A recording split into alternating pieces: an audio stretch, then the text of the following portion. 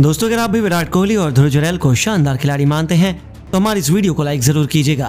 दोस्तों, रातों रात विराट कोहली ने इंटरनेशनल क्रिकेट को अलविदा कहकर जहां एक तरफ अपने करोड़ों फैंस की आंखों में आंसू ला दिए, वहीं दूसरी तरफ जब अपना सारा बोझ अपनी जिम्मेदारी यंगस्टर ध्रुव जुरैल के नाम करते हुए विराट ने उन्हें दूसरा कोहली तक करार दिया, तो आखिर क्यों विराट कोहली अब कभी टेस्ट क्रिकेट नहीं खेलेंगे? आखिर कैसे उन्होंने अब अपनी जगह ध्रुव के नाम का कर दिया है ऐलान? क्या कुछ बयान दिया है विराट कोहली ने जिसने देखते ही पूरे क्रिकेट जगत में भूचाल मच गया है? उसका पूरा वीडियो हम आपको दिखाएंगे, लेकिन उससे पहले आपको क्या लगता है ध्रुव कोहली और रोहित में कौन सबसे बेहतरीन टेस्ट बल्लेबाज है? अपनी राय में नीचे कमेंट करके जरूर बताइए। दोस्तों, इंग्लैंड के खिलाफ 5 मैचों की टेस्ट सीरीज से विराट कोहली बाहर हो गए थे। सभी ने सोच लिया कि किंग कोहली के बिना टीम इंडिया की ताकत आधी है। पहला टेस्ट मैच भी इंग्लैंड जीत गई थी, तब तो कप्तान रोहित शर्मा से लेकर पूरी टीम इंडिया को जम कंट्रोल किया गया था। यहाँ तक कि इंग्लैंड ने जीत के लिए सपने भी सजा लिए थे, लेकिन कप्तान रोहित ने जहां एक तरफ मोर्चा संभाला, वहीं उनके नेतृत्व में युवा खिलाड़ियों ने पूरी महफिल अपने नाम करते हुए एक बार फिर से अपनी प्रतिभा को रोशनी से पूरे तरीके को जगमग कर दिया। और यदि कहा जाए कि टेस्ट सीरीज ध्रुव जुरैल के नाम रही तो यह गलत नहीं होगा। जहां एक तरफ उन्हें मिनी धोनी बताया जा रहा है, उनकी तुलना महेंद्र सिंह धोनी से हो रही है, क्योंकि चौथे टेस्ट मैच में ध्रुव मैन ऑफ द मैच बने थे। लगातार 2 पारियों में 2 अर्धशतक जड़कर उन्होंने टीम इंडिया को न केवल चौथा टेस्ट मैच हमारी मुट्ठी में ला खड़ा किया, बल्कि हमें टेस्ट सीरीज जिताने में भी अहम भूमिका निभाई। लेकिन अब ध्रुव जुरैल की प्रतिभा के मुरीद तो खुद विराट कोहली भी हो चुके हैं, जिन्होंने न केवल अब ध्रुव को भारत का भविष्य बता दिया, बल्कि अब तो अपनी जगह भी ध्रुव को देने की बात करते उन्होंने हर किसी की आंखें नम कर दी।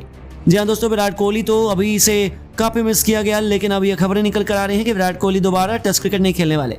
इन खबरों की पुष्टि विराट कोहली के बयान से होती है। पहले विराट कोहली ने भी टीम इंडिया की सीरीज के बाद भारतीय टीम को बधाई देते हुए कहा, यस इंडिया, क्या धमाकेदार सीरीज में जीत हमारी युवा टीम हासिल की है। उन्होंने अपनी प्रतिभा का प्रदर्शन किया है, जज्बे, जुनून और निर्भरता से उन्होंने यह जीत हासिल की है। सल्यूट है आप सभी को।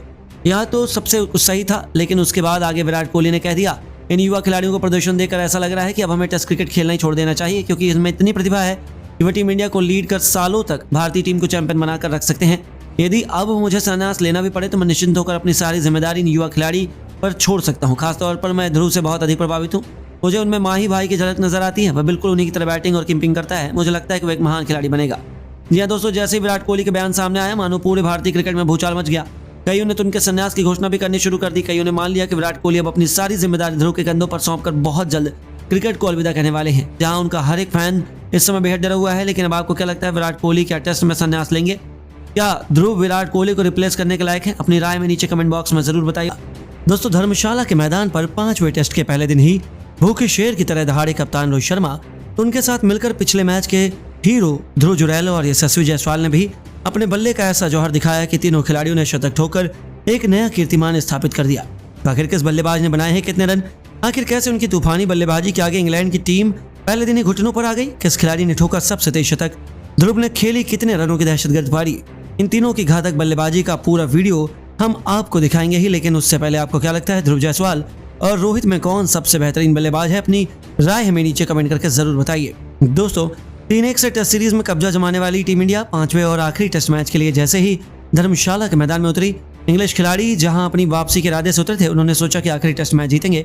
लेकिन एक बार फिर वही हुआ जिसका डर अंग्रेजों को सता रहा था। एक बार फिर टॉस के बॉस बने कप्तान रोहित बने।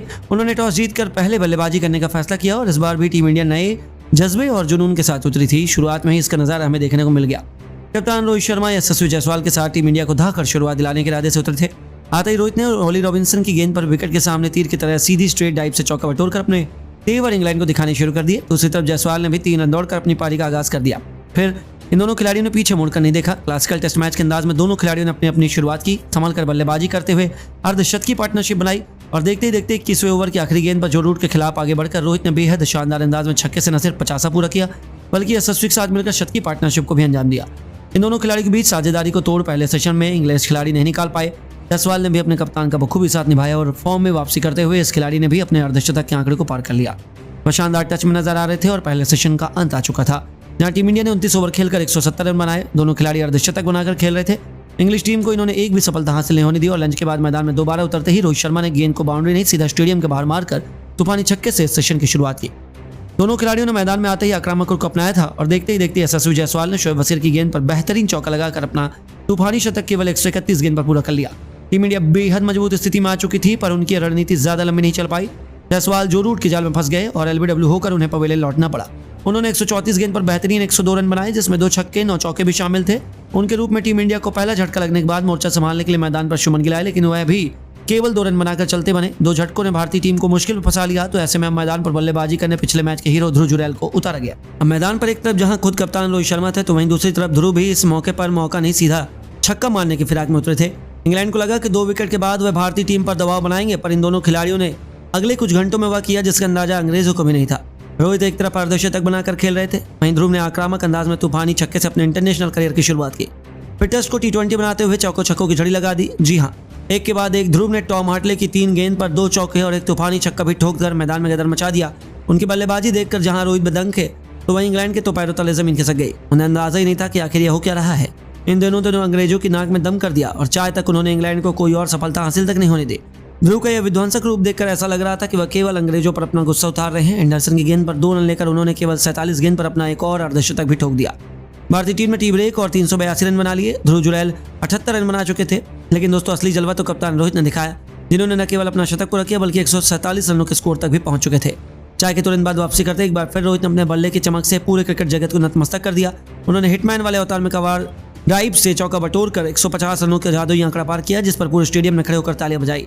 वहीं उनके साथ ध्रुव को रोक पाना भी इंग्लैंड के बस की बात नहीं हो पाई। रोहित ने कंधे से कंधा मिलाते हुए इस होनहार खिलाड़ी ने भी शानदार चौके से अपना लाजवाब शतक केवल 126 गेंदों में पूरा किया। वह भी जो रूट की गेंद पर मिड विकेट के ऊपर से तूफानी छक्का जड़कर अपने सपने को साकार कर दिखाया। जहां भारत के लिए शतक जड़ने वाले दिग्गजों की सूची में उनका नाम सुनहरे अक्षरों में शुमार हो चुका था, जिस पर पूरे स्टेडियम ने खड़े होकर तालियां बजाई और इन दोनों ने तो इंग्लैंड की शामत ला दी। लंबे समय बाद रोहित ने भी अपना दोहरा शतक ठोककर इतिहास के पन्नों में अपना नाम सुनहरे अक्षरों में लिखवा लिया। और पहले दिन का खेल खत्म होने तक जहां कप्तान रोहित शर्मा ने 209 रनों की शानदार पारी खेली, वहीं अपनी विध्वंसक पारी को उन्होंने 10 खौफनाक छक्कों 11 चौकों से सजाया था। ध्रुव ने 132 रन बना डाले और वह भी 4 चौकों 10 खतरनाक चौकों की बदौलत। जहां इन दोनों के तूफान में इंग्लैंड ने तो पहले ही ताश के पत्तों की तरह उड़ गया। इन दोनों ने मिलकर टीम इंडिया को 470 रनों के पार पहुंचा दिया। और जिस अंदाज में इन्होंने इस प्रैक्टिस मैच में बैटिंग की, उसे देखते हुए ऐसा लग रहा है कि 5वें टेस्ट मैच के पहले दिन भी अंग्रेजों की शामत आने वाली है, जो 7 मार्च से शुरू होने वाला है। लेकिन दोस्तों, अब आपको क्या लगता है 5वें टेस्ट मैच में रोहित, ध्रुव और जायसवाल में कौन सा शतक लगाएगा? हमें नीचे कमेंट करके जरूर बताइए। दोस्तों, बीसीसीआई के आगे आखिरकार झुक गए ईशान किशन और श्रेयस अय्यर। कर दिया कुछ ऐसा जिसे सुनकर आपके भी उड़ जाएंगे होश। जी हां दोस्तों, भारतीय टीम के महान बल्लेबाज श्रेयस अय्यर और ईशान किशन से लगातार पिछले कुछ समय से बीसीसीआई नाराज चल रहा था। ऐसे में अब जाकर इन दोनों खिलाड़ियों ने बीसीसीआई के सामने झुकते हुए घुटने टेक दिए और अचानक से कुछ ऐसा कर दिया है जिसको सुनकर आपके भी रोंगटे खड़े हो जाएंगे। तो आखिरकार कैसे बीसीसीआई के आगे श्रेयस अय्यर और ईशान किशन दोनों ने घुटने टेक दिए, ये तो आपको बताएंगे ही। तो जानने के लिए वीडियो को पूरा एंड तक जरूर देखिएगा। लेकिन उससे पहले आपको क्या लगता है, ईशान किशन और श्रेयस अय्यर में से कौन है सबसे खतरनाक बल्लेबाज? अपनी राय नीचे कमेंट बॉक्स में जरूर दें। दोस्तों, जैसा कि आपको पता है, भारतीय टीम इस समय इंग्लैंड के खिलाफ टेस्ट सीरीज खेल रही है। लेकिन इस बीच बीसीसीआई और भारतीय खिलाड़ियों के बीच काफी ज्यादा विवाद चल रहा है। दरअसल बीसीसीआई पिछले कुछ समय से लगातार भारतीय खिलाड़ियों के व्यवहार से काफी ज्यादा निराश चल रहा था। इस दौरान उन्होंने खिलाड़ियों के लिए नया नियम निकालते हुए सभी खिलाड़ियों को डोमेस्टिक क्रिकेट रणजी टूर्नामेंट खेलने के लिए नसीहत दी थी, जिसको कई खिलाड़ियों ने मंजूर तो किया, तो कुछ खिलाड़ी बीसीसीआई को नजरअंदाज करते हुए दिखाई दिए।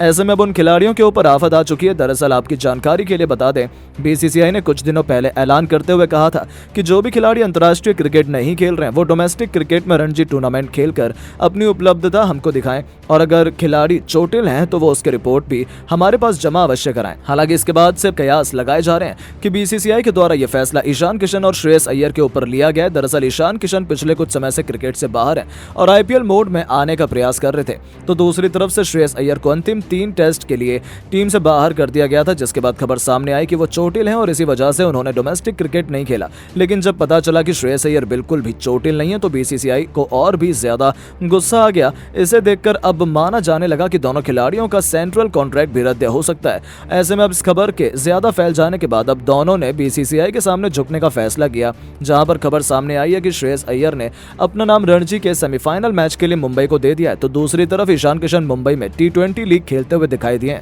तो दोस्तों, आपको क्या लगता है, इन दोनों खिलाड़ियों के खिलाफ बीसीसीआई को एक्शन लेना चाहिए या नहीं? अपनी राय नीचे कमेंट बॉक्स में जरूर दें। दोस्तों, जैसा कि आपको पता है, भारतीय टीम इंग्लैंड के खिलाफ 5 टेस्ट की टेस्ट सीरीज खेल रही है। इस दौरान भारतीय टीम ने इंग्लैंड के खिलाफ पहले टेस्ट मैच में हार के बाद लगातार 3 मैच में जीत देकर सीरीज को अपने नाम किया है। आपकी जानकारी के लिए बता दें, भारतीय टीम ने पहला टेस्ट मैच हैदराबाद के मैदान पर 28 रन से गंवाया, लेकिन इसके बाद वापसी करते हुए विशाखापट्टनम के मैदान पर 106 रन से भारत को जीत मिली।